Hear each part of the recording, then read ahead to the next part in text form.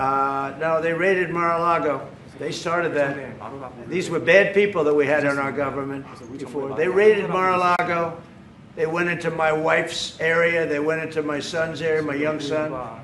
And what they did was a disgrace. But how did it work out? Oh, I see. We're in the Oval Office. So did you hear that part? One more time. Trump just admitted it. Trump just gave it away. That too. No, they raided Mar-a-Lago. They started that. In the days since Donald Trump's FBI raided the home of his former national security advisor and current Trump critic, John Bolton, a number of prominent conservative publications and conservative commentators, like top Fox News lawyer Andy McCarthy, are publicly rebuking Trump for his weaponization of the Justice Department to go after his political enemies. And this comes at a time when Trump is continuing to take victory laps about this. But before we unpack all that, if you end up liking this video and you want to support the channel, please be sure to hit the like, subscribe, and alert bells before you go. All right, friends, before we get to the reaction from the Wall Street Journal and the National Review, two of the biggest right-wing publications and most respected right-wing publications in America, I want you to hear from Trump himself because he was asked about John Bolton earlier today at the White House. Search of John Bolton's home and office from Friday. Have you been briefed on that? I have not been briefed. No, I read it just like you did. I was never a fan of his. I thought he was stupid. I thought he was, a guy that only wanted to go into war. He liked killing people. I thought he was essentially a bad guy, but I'm not involved in that. No, you'd have to ask Pam Bondi about that.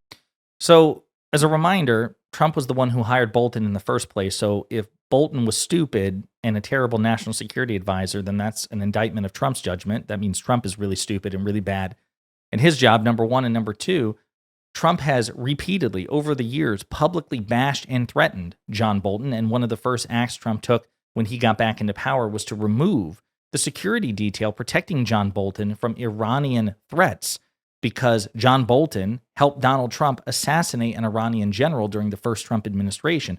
So John Bolton did work for Trump. John Bolton put his life in danger for Trump. And then because John Bolton eventually started to criticize Donald Trump put John Bolton's life in danger by stripping away his federal protection. Just unprecedented cruelty and viciousness. But we'll get to that. Trump was asked another question about John Bolton in the Oval Office. Sir, are more raids like that coming, sir? Are more raids like the one on John Bolton's house coming? More raids? I don't know. You'd have to ask the Department of Justice. They raided my house, I can tell you that. They did a big raid on my house. They took away everything that wasn't pinned down, and they took away some of that too. No, they raided Mar-a-Lago. They started that. These were bad people that we had in our government before. They raided Mar-a-Lago. They went into my wife's area. They went into my son's area, my young son. And what they did was a disgrace.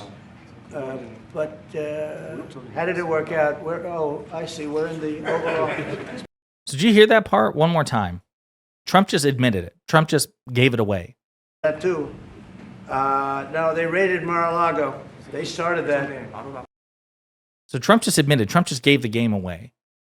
I didn't hear that part when I first reviewed this clip. So Trump just admitted that this is tit for tat. He's trying to have some plausible deniability. Oh, I have nothing to do with it. But I mean, I've been talking about retribution and revenge, and I've been bitching about, going after my political opponents nonstop. And then I appoint people who understand that that's the mission. But the left the liberals, the communist Marxists started it. So again, Trump just gave the game away. That this is revenge. And of course it is. Of course it's revenge. Now, in response to this, prominent conservative publications like the National Review and the Wall Street Journal have condemned what Donald Trump has done. Now, hopefully, we'll see what happens if they condemn it enough to take the sort of principled stance against it that they would if a Democrat did it. But just, we'll take a look at these articles. But here's MSNBC talking about the Wall Street Journal's recent op-ed.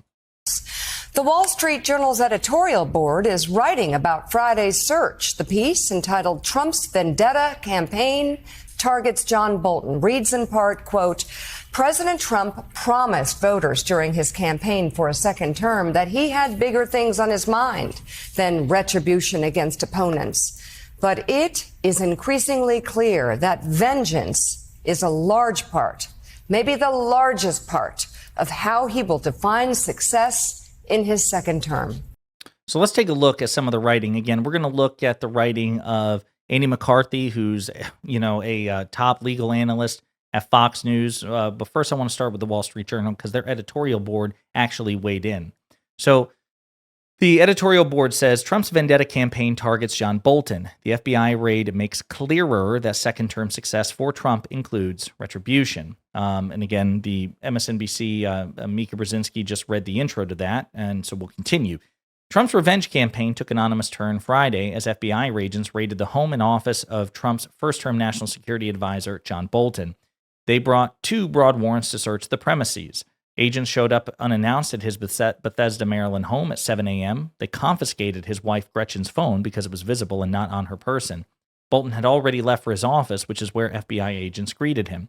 Kash Patel, the FBI director, sent out a cryptic tweet at 7:03 Friday morning saying that, quote, no one is above the law at FBI agents on mission. He didn't specify to whom he was referring, but the timing is unlikely to have been coincidental. It's hard to see the raids as anything other than vindictive. Bolton fell out of Trump's favor in the first term and then wrote a book about his experience in the White House while Trump was still president. Trump tried and failed to block the publication. Trump then claimed Bolton had exposed classified information, though the book had gone through extensive pre-publication scrub at the White House for classified material. The book investigation faded away under President Biden, but it now looks as if Mr. Patel, Kash Patel, FBI director, is reviving it. Whether Trump ordered the FBI probe or not doesn't matter. Patel knows what Trump thinks about Bolton, and Trump's minions in Trump 2 don't serve as the check on his worst impulses the way grown-ups did in his first term. The presidential id is now unchained, and I think that's really important. Even the Wall Street Journal, sister publication of Fox News, a right-wing, legendary right-wing publication, makes the case maybe Trump gave a direct order, maybe he didn't, but unlike previous administrations, these people understand what the expectation is. Trump made clear that he was out for blood against Bolton when he pulled the former advisor's protective detail after his reelection. Bolton is widely known as a defense hawk, and in 2022, the Justice Department charged an Iranian national it said planned to murder him. Iran has also targeted former Secretary of State Mike Pompeo and his main advisor on Iran, Brian Hook. Yet Trump pulled their security details too, confirming it publicly in a way that all but told the Iranians that the Americans were more vulnerable. Quote, when you have protection, you can't have it for the rest of your life, Trump said at the time. And again, just that alone, to a principled conservative, which I'm not a conservative, but if you were a conservative, that alone should immediately disqualify because it's proof that Donald Trump is objectively morally inferior to literally every Democrat in modern American history. It just is. Bolton has had to pay for his own personal security, though he served at the behest of the president. This is the kind of gratuitous viciousness that has increasingly defined Trump's return to office.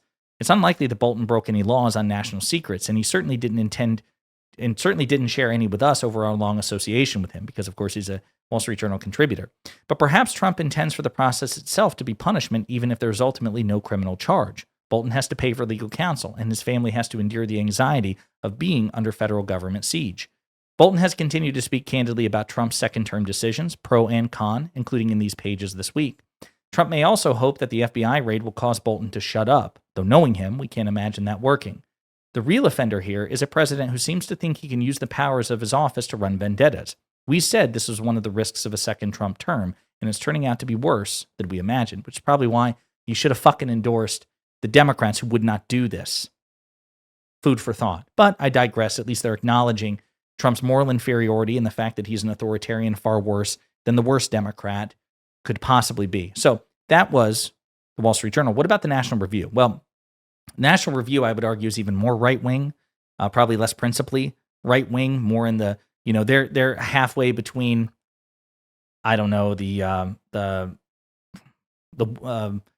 probably the Karl Roves of Fox News. I was trying to come up with a good example, or George Wills, right? Like these principled conservatives, and say Megyn Kelly. Like one of their editors, Rich Lowry, is frequently on Megyn Kelly's show. So he has a foot in both worlds, MAGA and principled conservatism. So this is what top Fox News lawyer Andy McCarthy has to say. The president's playing with fire. The retribution president's latest lawfare sortie is a Friday morning FBI raid of the Washington, D.C. area home of John Bolton. Actually, I'm curious because he wrote 2 articles. That was it. Yeah, so let's actually take a look at the most recent one. Let's take a look at the bottom here because it recaps a lot. Let's take a look at the conclusion here. So much for the presumption of innocence and the Justice Department's obligation to honor the civil rights of persons under investigation. I'll end the same way I ended yesterday's column by observing that Trump is playing with fire and seeking retribution against his tormentors by using the very same lawfare tactics. He can have much more successful presidency if he accepts that he got his retribution by winning the election. If he adopts his enemy's tactics, he's apt to end up with their results as well. And then he wrote a follow-up article as well about this. Let's see. Again, it goes into detail about the fact that Bolton has not been charged with a crime as of this point. And how Bolton is an excellent lawyer. Let's see. Let's go back to that first article. Let's see. It appears to have arisen over a feud over Bolton's book, The Room Where It Happened, about his time in the Trump administration. Trump fired Bolton in September 2019, and Bolton rushed to get the book out, which required a classified information review by the Trump 45 intelligence community prior to the 2020 election.